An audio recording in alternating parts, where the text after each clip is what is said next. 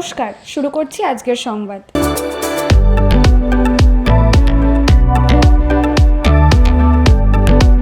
বর্ধমান দক্ষিণ বিধানসভা কেন্দ্রে তৃণমূল কংগ্রেসের প্রার্থী হয়েছেন বর্ধমান বিধায়ক খোকন দাসই। দলের রাজ্য নেতৃত্ব তার নাম ঘোষণা করার পর খোকন দাসকে নিয়ে দলীয় অনুগামীরা মিছিল করেন। এরপর এক সাংবাদিক সভায় খোকন দাস বলেন, আমি বিধায়ক থাকাকালীন এই শহরের মানুষের জন্য যে কাজ করেছি তাতে 25 থেকে 30 হাজার ভোটে আমিই জিতব। তিনি বলেন, মানুষ আমার কাছ থেকে কাজ পেয়েছেন। যে কোনো বিপদে আপদে দলমত নির্বিশেষে আমি সব মানুষের পাশে গিয়ে দাঁড়িয়েছি।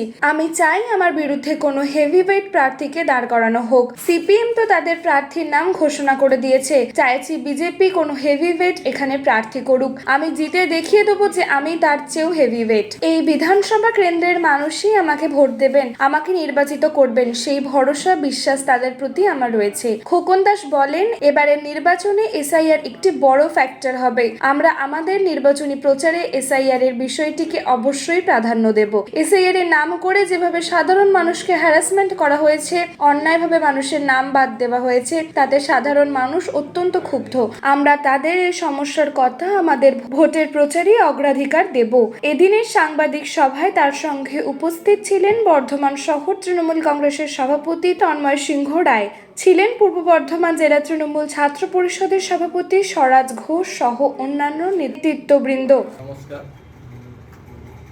আমার সম্মানীয় আমার সাংবাদিক দাদারা এবং ভাইরা যারা আজকে আমাদের এই প্রেস মিটে এখানে উপস্থিত হয়েছে, আমার সঙ্গে রয়েছেন আমার বর্ধমান শহর তৃণমূল কংগ্রেসের আমাদের সভাপতি, আমার বর্ধমান জেলা পূর্বের জেলা তৃণমূল ছাত্র পরিষদ সভাপতি স্বরাজ ঘোষ এবং তন্ময় সিংহ রায় আমার সঙ্গে রয়েছে।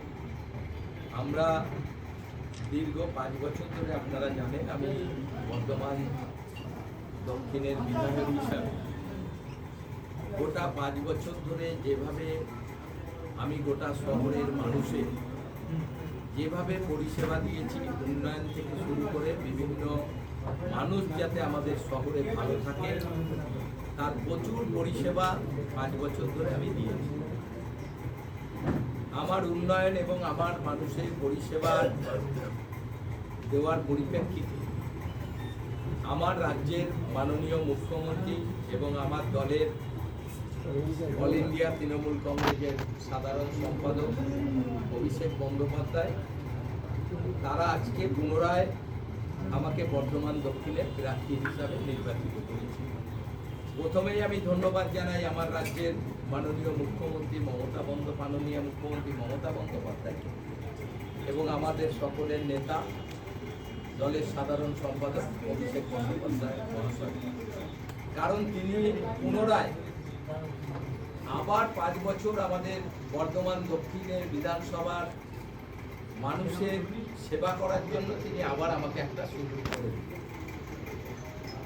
সেবা তো আমি 5 বছর করেছি, আরও 5 বছর বর্ধমান দক্ষিণের মানুষ যদি আমাকে পুনরায় নির্বাচিত করে, আমি বর্ধমান শহরের আমূল পরিবর্তন করেছি উন্নয়নের দিক থেকে এবং বিভিন্ন প্রকল্পের মধ্য দিয়ে, আপনারা জানেন, বর্ধমান শহরের মানুষকে সর্বসময় ভালো রাখার চেষ্টা করেছি এবং এই 5 বছর গোটা শহর জুড়ে আপনারা কোনো রকম কোনো বড় অশান্তির কথা কোনো রকম কোথায় আপনারা দেখাতে পারবেন না এবং সকাল থেকে রাত পর্যন্ত আমি আমার শহরের মানুষের পরিষেবা দিয়ে গেছি।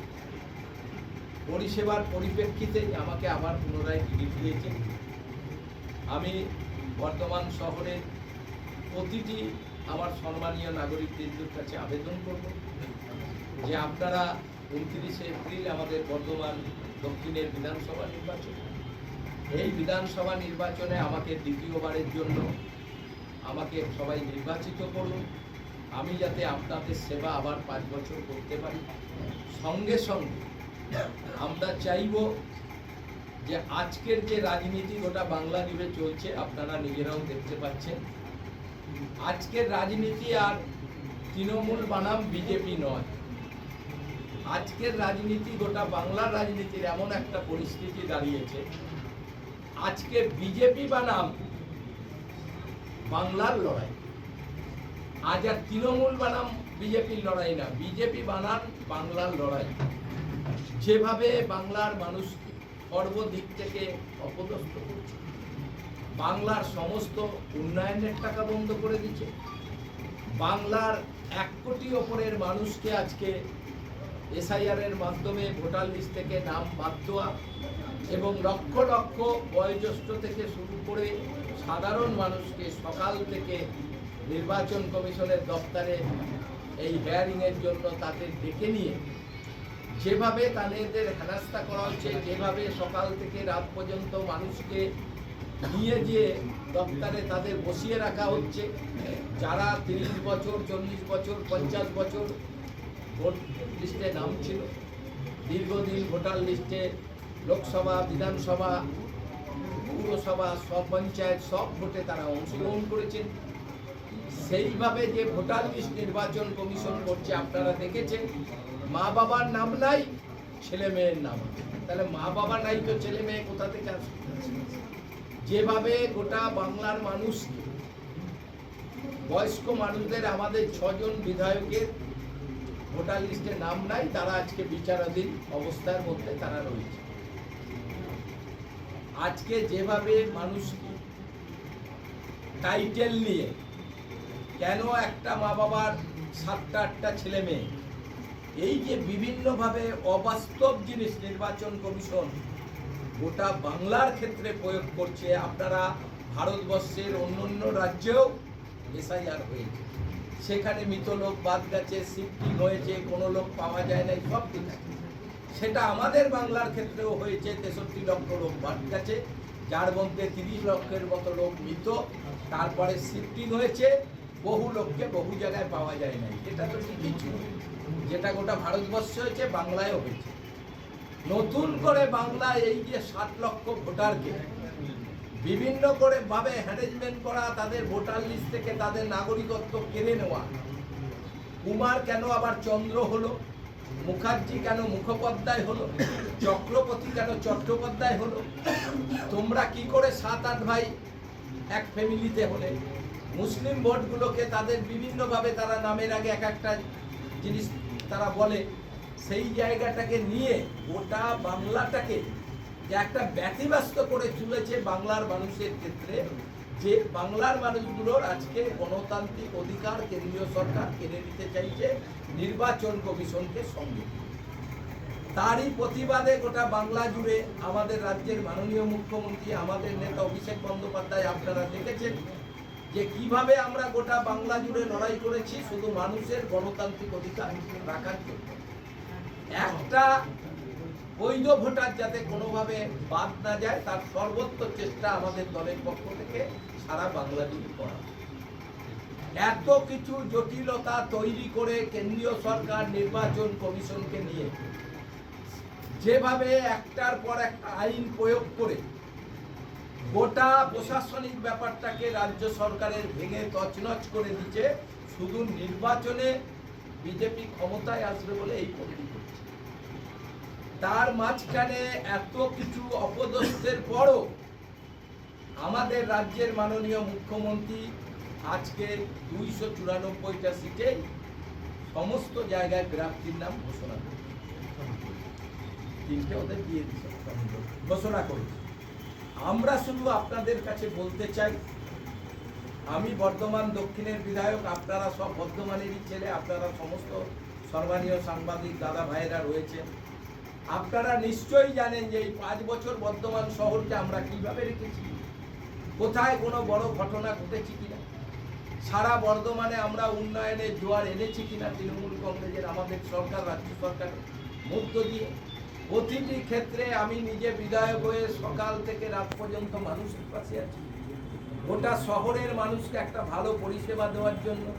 সমস্ত দিক থেকে দেখুন, আজকে বিভিন্নভাবে 10 টাকায় খাবার, 5 টাকায় খাবার, গণবিবাহ, বৃদ্ধাশ্রম, সন্ধ্যা আরতি, এত বড় কাঞ্চন উৎসব, সঙ্গীত মেলা, নৃত্য অনুষ্ঠান, সিনিয়র লোকদের সম্বোধনা দেওয়া, শিক্ষকদের সম্বোধনা দেওয়া, এই যে একটা সমস্ত শ্রেণীর মানুষ, নাট্য উৎসব, সমস্ত শ্রেণীর মানুষকে একটা জায়গায় নিয়ে আমরা আমাদের বর্ধমান দক্ষিণ বিধানসভাকে যেভাবে আমরা সর্বদিক থেকে, খেলাধুলো থেকে শুরু করে, আপনারা দেখেছেন ক্লাবগুলোকে টাকা পয়সা দেওয়া, কার্নিভাল করা, সব কিছু থেকে আমরা বর্ধমান দক্ষিণের মানুষকে আমরা ভালো রাখার চেষ্টা করছি। আমরা আশা করব বাংলার স্বার্থে, বাংলার মানুষের স্বার্থে মাননীয় মুখ্যমন্ত্রীকে আবার চতুর্থবারের জন্য বাংলার মানুষ তারা মুখ্যমন্ত্রী হিসাবে নির্বাচিত করুন। আমি বর্ধমান দক্ষিণের প্রার্থী হিসাবে আমি আমার বিরোধী দলকে আমি সর্বত্র দিক থেকে তাদের পরাজিত করে আমরা আমাদের বিধানসভার সিটটা আমরা মাননীয় মুখ্যমন্ত্রীকে তুলে দিতে চাই। এইভাবে বাংলার যারা এবার ভোটে দাঁড়িয়েছে তৃণমূল কংগ্রেসের হয়ে, তারা সবাই যদি এইভাবে চেষ্টা করে, বাংলার মানুষকে যদি বোঝানো যায় বাংলার ওপর যে অত্যাচার কেন্দ্রীয় সরকার করছে সর্বদিক যদি আমরা বোঝাতে পারি, তাহলে অবশ্যই বাংলার মানুষ চতুর্থবারের জন্য বাংলার মাননীয় মুখ্যমন্ত্রীকে যে আবার মুখ্যমন্ত্রী হিসাবে প্রতিষ্ঠিত করবে, এসা আমরা সবাই এই আশা রাখি।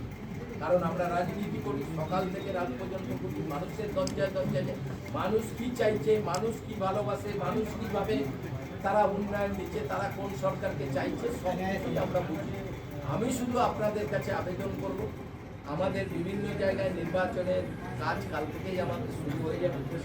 আপনারা সর্বত্র ক্ষেত্রে, আমি ন্যায়ের পথে বলবো, কোনো বেআইনের পথে নয়, ন্যায্যর দিক থেকে আমরা যেভাবে আমাদের প্রচার, আমরা মানুষের জন্য কি করেছি, মাননীয় মুখ্যমন্ত্রী কি করেছে, সর্বক্ষেত্রে আপনারা আমাদের নিজেদের আমাদের সহযোগিতা করুন, আমাদের আরও মানুষের কাজ করার সুযোগ করে দেওয়ার জন্য। এবং আজকে আমি একটা কিছুটা উন্নয়ন নিয়ে আমরা একটা গান তৈরি করেছি, সেটা এখন আপনাদের মাধ্যমে দেখিয়ে কাল থেকে আমাদের যত এলইডি আছে সেই এলইডিতে আমরা এই গানটা আমরা চালাবো। তাছাড়া গোটা শহরের উন্নয়ন নিয়ে আরও একটা আমরা ভিডিও করেছি, সেটাও হয়তো কালকে আমরা বার করব, 20 মিনিটের ভিডিও। সেটাও আমরা আমাদের লক্ষ্মী এলো ঘরে যে জায়গাটায় আমাদের সব চলছে এই কর্মসূচিটা, তার আগে আমরা আমাদের শহরের আরও সর্বত্র কাজ নিয়ে 5 বছর আমরা কি করেছি, আমাদের মুখ্যমন্ত্রী কী করেছে, সব নিয়ে আমরা মানুষের কাছে সেই ভিডিওটা আমরা তুলে ধরব। এই কাজের জন্যই আজকে ডিক্লেয়ার হয়েছে, আজকে এই সন্ধ্যাবেলায় আপনাদের দেখেছি যে আপনারা আমাদের ভিডিওটা দেখুন, গানের ভিডিওটা দেখুন যে আমরা কিভাবে করেছি এবং এটা আপনাদের ভালো লাগবে কিনা, তার জন্য আপনাদের কাছে দেখে আমরা আজকে আপনাদের দেখানোর পর কাল থেকে আমরা এই ভিডিওটা আমাদের যে 10টা এলইডি আছে গোটা শহর জুড়ে, যেখানে আমাদের কোনো সরকারি অ্যাড মানে এমনি কোনো অ্যাড দেখানো হয় না, সরকারি অ্যাড দেখানো হয়, সরকারি অ্যাড আমরা বন্ধ করে দেবো। আমি ব্যক্তিগতভাবে পার্টির সাথে যে কাজগুলো করেছি সেইগুলো আমরা তুলে ধরেছি। কাল থেকে আমাদের সমস্ত এলইডিতে এই ভিডিওটা আমাদের গানে চলবে। আপনাদের সবাইকে আজকে এখানে আমরা একটা প্রশ্ন আছে বলি।